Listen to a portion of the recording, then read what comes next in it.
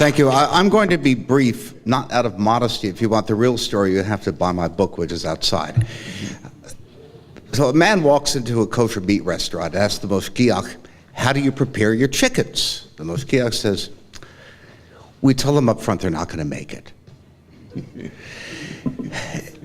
Speaking of modernity, and this is off the record in case there are any reporters in the room, I spent some time with a man whose business card reads, Chinese Academy of Social Science Chief South Asia Specialist. South Asia is Pakistan. President Xi Jinping is promising to spend $46 billion in infrastructure in Pakistan, fastest growing Muslim country. So I asked this fellow, what do you think about the danger of Islamic fundamentalism in Pakistan? He said, Pakistan is simple. Do not modernize them. Keep them illiterate. Keep them feudal. If you modernize them, the extremists take over. Just make sure the army chief of staff is the biggest feudal landlord. The degree of contempt that the Chinese, the most ancient civilization in the world, maybe excepting us, have for the Muslims is more extreme than the most extreme right-wing religious nationalist you'll find in Israel. And their view is they can't be modernized. They can only be managed as unruly barbarians. There are any number of Arab countries, Muslim countries, which may indeed succeed.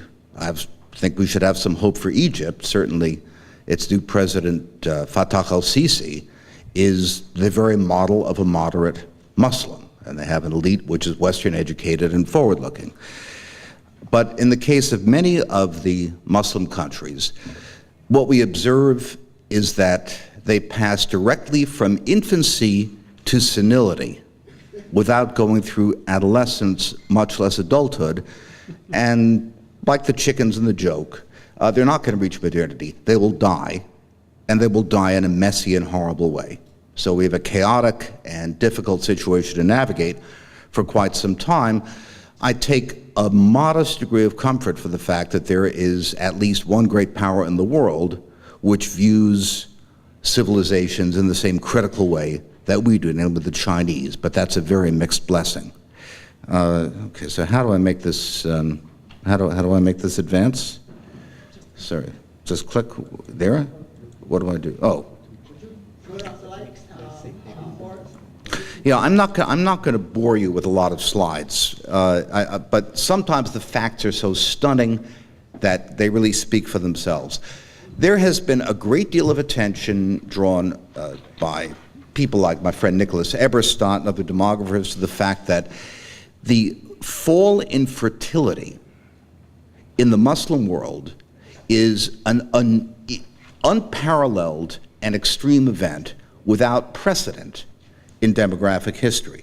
In particular, Iran has gone from 7 children per female at the time of the 1979 Islamic Revolution to roughly 1.6 now by United Nations estimates, which means that, let me jump ahead, populations will age extremely rapidly. So for the Muslim countries which have had this sudden compressed demographic transition, they've effectively done what Europe did in 200 years in a single generation.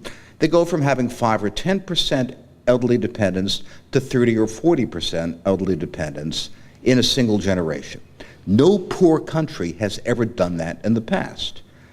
In the United States and Europe, with our Japan, with our GDP of $50,000 per capita, this is something that threatens to bankrupt national governments. In the case of poor countries with GDP of a few $1,000s per capita like Iran, it's an economic death sentence.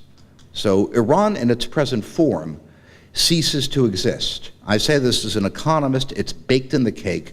There's nothing they can do except through externalities. I mean, if they take over eastern province of Saudi Arabia, which has a Shia majority, obviously they can do that. How do we know that Muslim countries cannot deal with modernity? Well, one of the simplest ways to look at it is the relationship between female literacy and fertility in the Muslim world. It's a nearly perfect match. In those countries like Pakistan, where the illiteracy is roughly 50%, you still have very high fertility rates. In countries like Iran, which was the first Muslim country, thanks to the Shah, to achieve almost total literacy, you have the lowest fertility rates, with Turkey and Algeria following behind. What happens in the Muslim world, and we see this among Palestinian Arab women as well, is that the moment women leave the cocoon of the Muslim family, where wife-beating is sanctioned by the Quran, it's a tribal and oppressive family environment, and go to high school at least, and have the ability to make their own way in the world, they reject marriage, at least early marriage, reject childbearing. You have a very large number of women who do not have children or marry late, have fewer children, and this is almost perfectly in line with female literacy. It's a failure to modernize. It's like an airliner trying to reach takeoff speed and crashing. So, in the case of Iran, this is their demographic distribution. Now, the gray lines are where they are at the moment. The red lines are where they will be in a generation. It's like a train wreck. There are lots of Iranian young people now because they were born in the 1970s or early 80s when fertility was high, but there are none to follow them. So the single most salient fact, if you're an Iranian general, is that right now, 2010, 18 million Iranians between the ages of 15 to 24, in other words, military age roughly. 2010, it drops to 11 million. The number of young people available for military service goes off a cliff. You won't be able to sustain 125,000 Revolutionary Guards. You won't be able to put the people into Syria and so forth. So from Iran's standpoint, looking at Pakistan and Turkey and other much larger populations around them, Iran really has a shot this decade to assert itself as a dominant regional hegemon, which is its ambition. If it waits 15 or 20 years, it won't have the population. It's in the position roughly of France in 1914, confronting much faster German population growth. So in my view, that makes Iran extremely dangerous for the next 10 to 15 years and irrelevant 30 years from now. The Iranians know this well. There's an enormous Persian language literature about this. They're not remotely stupid. They could read the numbers the same as I can. So I'd like to jump ahead and talk about the East. I mean, the decline of population growth in the West is a well-mined subject. That's been strip-mined to death.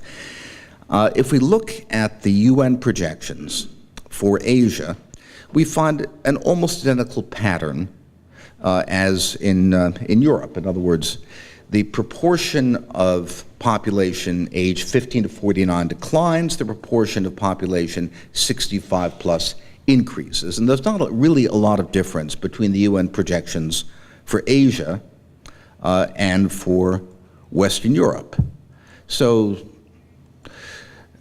the problem you have, the great difficulty we have in Asia is China, which, to coin a phrase, is a mystery inside a riddle inside an enigma.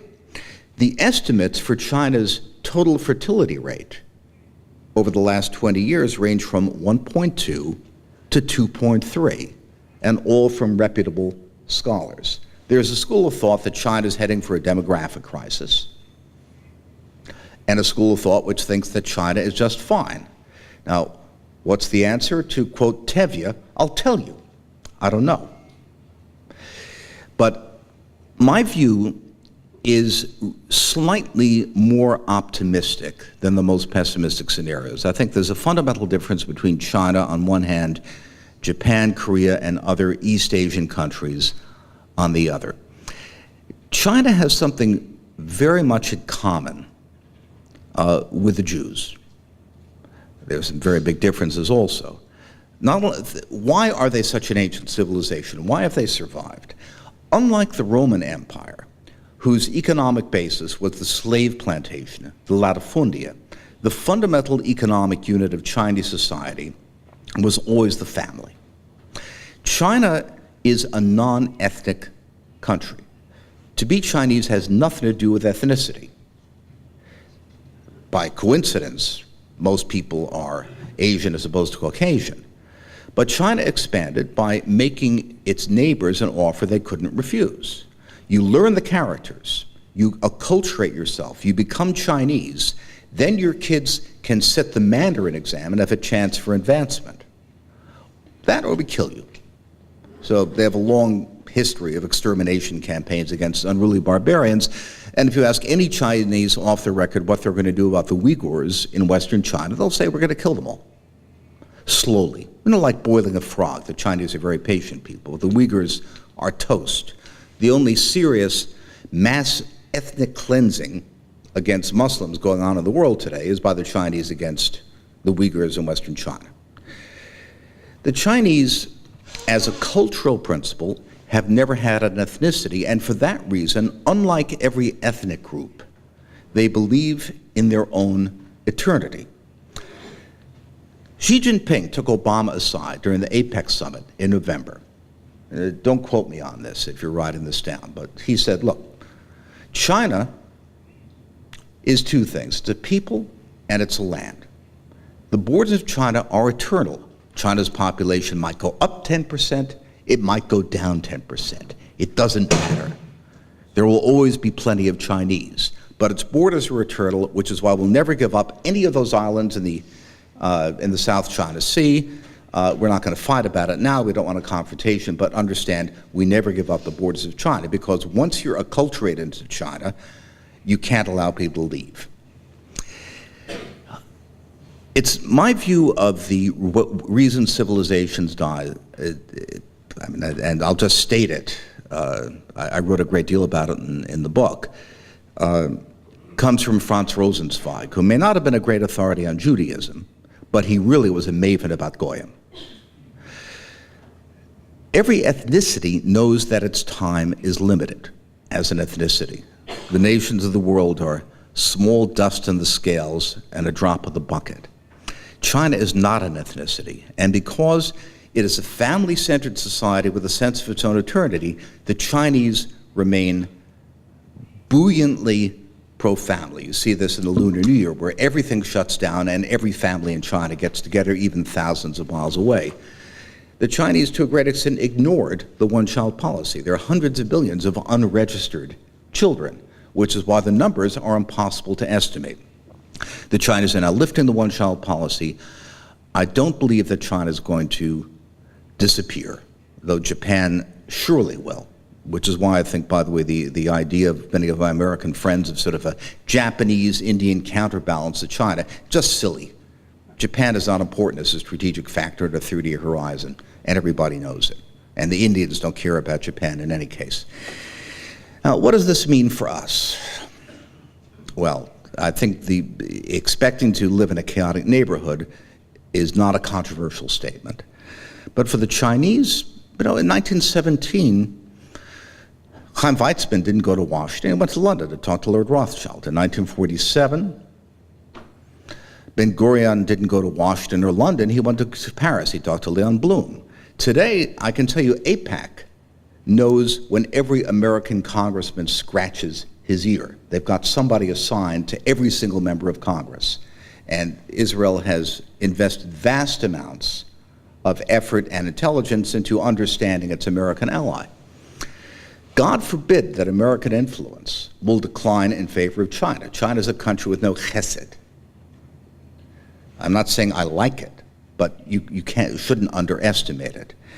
I think Israel is underinvesting resources in dealing with Asia relative to its intellectual resources elsewhere. And since I'm talking to my intellectual betters at one of the great think tanks of Israel, I want to emphasize how important it will be in the future for Israel to be able to engage a power which I do not think will decline, but is more likely to rise. I can't make the prediction, but why take chances?